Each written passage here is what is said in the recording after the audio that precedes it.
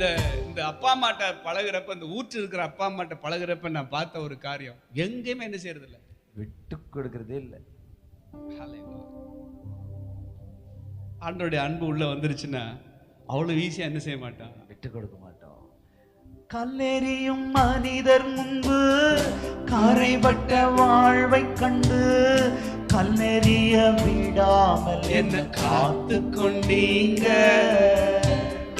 கல்லெறியும் மனிதர் முன்பு கரைபட்ட வாழ்வை கண்டு கல்லெறிய விடாமல் என்ன காத்து கொண்டீங்க.